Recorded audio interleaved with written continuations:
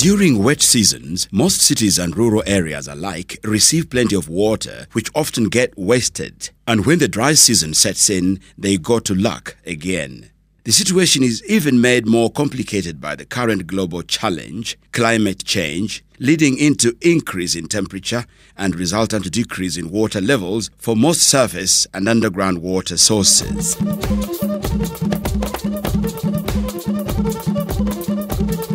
Bulasana village and its trading center in Rengo sub-county, Masaka district, has battled the shortage of clean water in their area for years. The entire village fetches water from only 2 shallow wells fed by contaminated water from upstream during rainy seasons. Although the well is choking with dirt and its water is yellowish, residents as well as animals are scrambling for it, as it's the only source of water. According to Issa Mutawe, fetching water on a bicycle, the water problem here is really pathetic. The source of clean water is relatively a longer distance away from Bulasana Trading Center, and so they have to resort to this. And he tells us this water source has not come without a cost. The young and old have been falling sick from waterborne diseases on a daily basis. Water is not only contaminated, but it has also become a rare commodity. Tugateka ko sente ne tupangisa pichi ne tuyiwamu mafuta ne bagenda mu kisenye eyo bayita mu kakinga ne batuleetera amazzi bukiruma tukigula sinji 5 kubanga abantu balwala nga tewali kyakola kuba omuntu abatalina sente zigula amazzi gali malungi okusobola kufuna sinji 5 tugenda olwo obutalina busobozi tuyina sente zikola ki zigula kidomola kya amazzi kya 5 kuba wasuzo yagala kawunga ate tuyina na sente zigula amazzi nose naawo nofumbako. While they would be using their hard-earned cash to do other important income-generating activities, it is wasted on hospital bills, thereby draining their pockets and increasing poverty.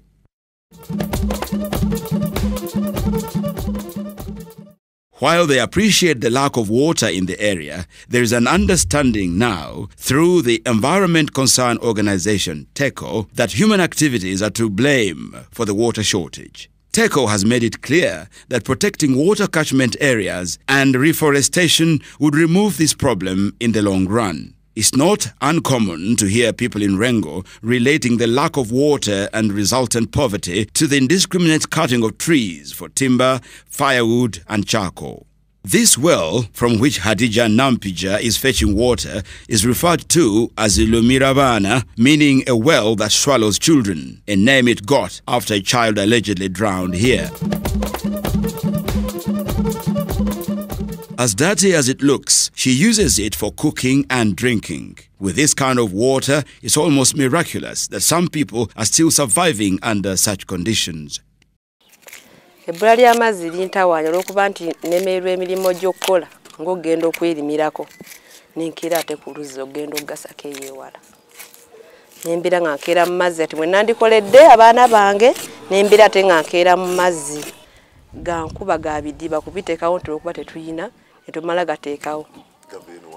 Eno waggulu bwe gati ne gakkirira gonna n'ekasasiro waako paka mu luzzi naffe ne twenonerayo tufumba. Tuganya okuba tetuyina kyakukola tujja kufa olw'okuba ki tumala gaganywa. Like Bulasana village, Byangiri village is also trapped in the same water mess. Residents have even gone ahead to make channels along roads and walkways to trap rainwater that gushes down from the hills and trenches into a well down the valley. On a typical evening, children come down to this well in big numbers. 196 families of Byangiri village depend on this well for their source of domestic water supply. They are, however, a frustrated community, and the chairman could not hide his anger against their political leaders, who he decries have let them down. Just nearby is another well. While its water looks cleaner, people in this community cannot fetch water from it because the stench that emanates from this source is unbearable.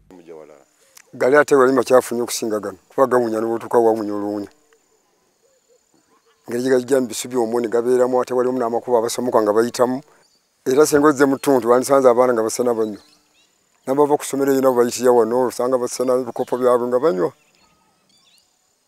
era bwe bulwadde obutagwa n'eddagala ly'erwengo ffe tulumalayo wano kubanga baleeta abaana musujja lubyamira nga okukolera kwa lukiseera. At least the picture is not all grim. There is a ray of hope under such a dark cloud. The environment concern, TECO, a community-based organization, CBO in Masaka, with the financial support from UNDP and UNEP, Poverty Environment Initiative, PEI, is moving forward to address the water-related problems by educating communities on water harvesting and storage.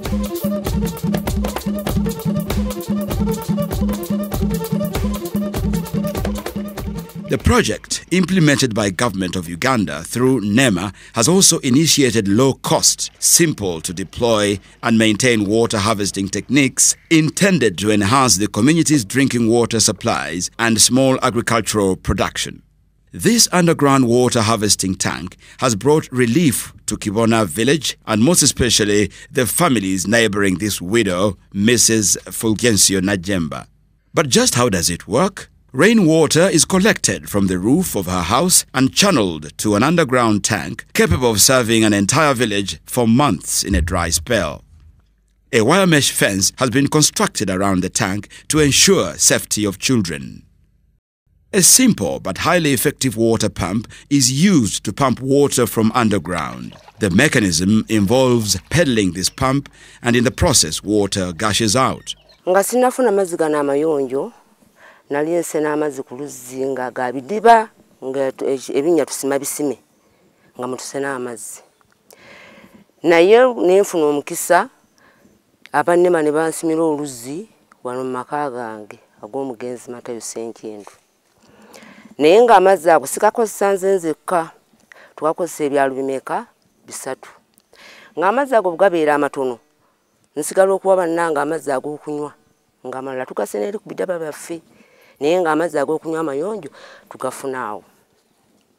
Era gatuyambye kinene nnyo kubanga nga abantu kati banneesimiramu nnyo olw'okuba nti wano wajjawo enkulaakulana eri bw'etyo ey'oluzzi. Even in her old age, Najemba ably pedals this pump every day, and in so doing, she relaxes her muscles on this daily exercise, which yields into clean and palatable water. This water has helped her children to remain healthy, productive, and able to attend school. Water from the harvesting tank is also used for watering the garden nearby, hence additional source of income and supplementary diet.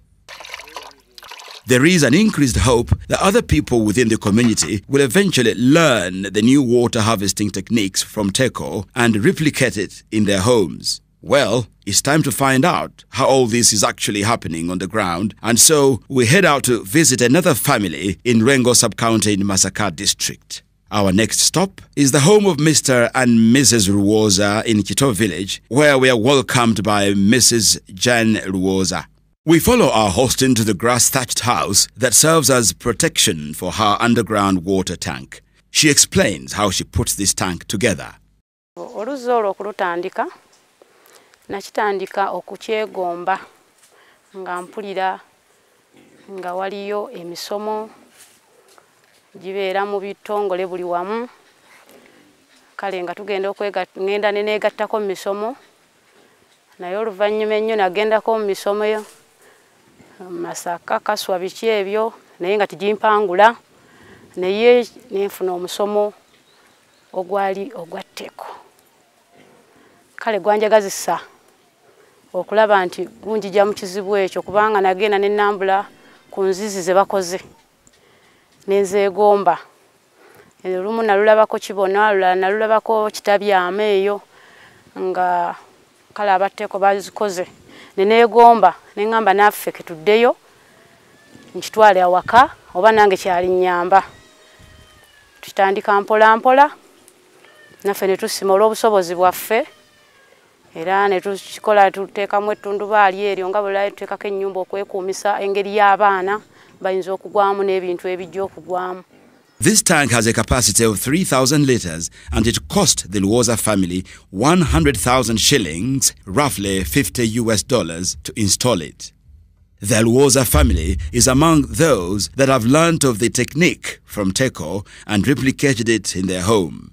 The Executive Director of the National Environment Management Authority, NEMA, Dr. Aryamanya Mugisha, is hopeful that people will eventually get out of their water-related problems as soon as they begin replicating the simple and cheap technology in their homes.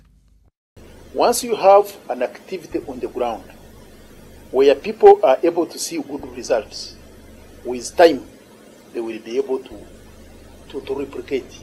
So those two other individuals or families, in addition to the 3 that we supported, those are 5. I'm sure with continued sensitization and them seeing the benefits of taking clean water, reducing on diarrhea diseases and so on, reducing on the distances women and children have to walk to collect water. I'm sure we are going to see more families replicating it.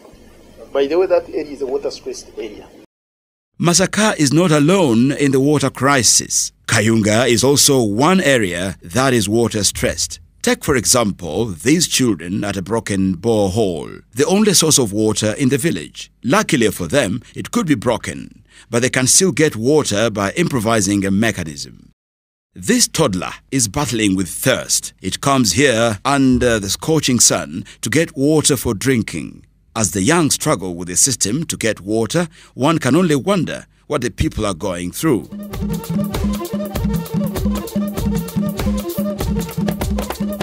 Especially during the drought, because we find this area experiences a lot of drought. Actually, it's an unusual drought, in that people really fail to get water to drink. People fail to harvest any crop. Sometimes they go hungry simply because they have nothing in their shambas. So those who are engaged in vegetable production and animal keeping, they really have found this kind of arrangement very useful to them, because they use this water to feed the animals during the droughts, but at the same time they also use that water to irrigate. Just like in Masaka, children here also line with their utensils at this only functioning borehole for long hours in search for water. For Jajanantume, life is extremely difficult, as she is subjected to walking a long distance in search for water. During rainy seasons, she uses this togero, which is a traditional rainwater harvesting mechanism. Unfortunately, this container can't store large volumes of water.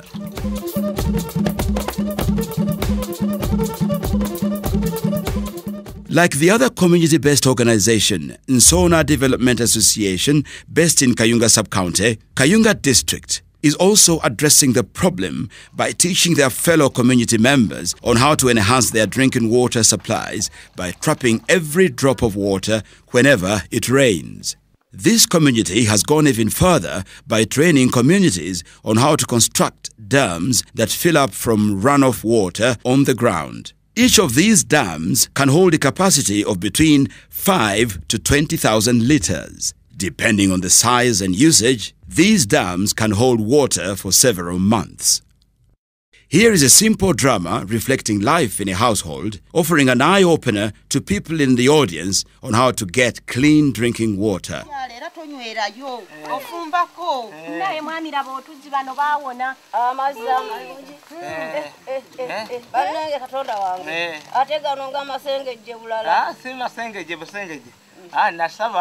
Mukibiina kya Teko kikolagana n'ennema ne bampolozi basiba ku nju kuno ne munnaye balungi nze wano anti sigange nzeka abatuuze wano wonna ajja ne mbawa ku mazzi agakyayi birebyo baatwawona. With the help of the UNDP and UNEP Poverty Environment Initiative, PEI, NEMA has intervened in some of these districts in rural Uganda, creating a difference by showing viable examples that when people conserve the environment, they can better their livelihoods. This project has been on the ground for 5 years. Of course, the first few years were used for mobilization, bringing the communities on board, identifying the target groups and so on and so on. Okay? So, 5 years down the road, you have individuals who are replicating the projects on their own. To me, this is very good. If there was none, then I would be getting worried. So what we need to do, therefore, is to build on this achievement so that we can carry out more sensitization, so that more people can come on board.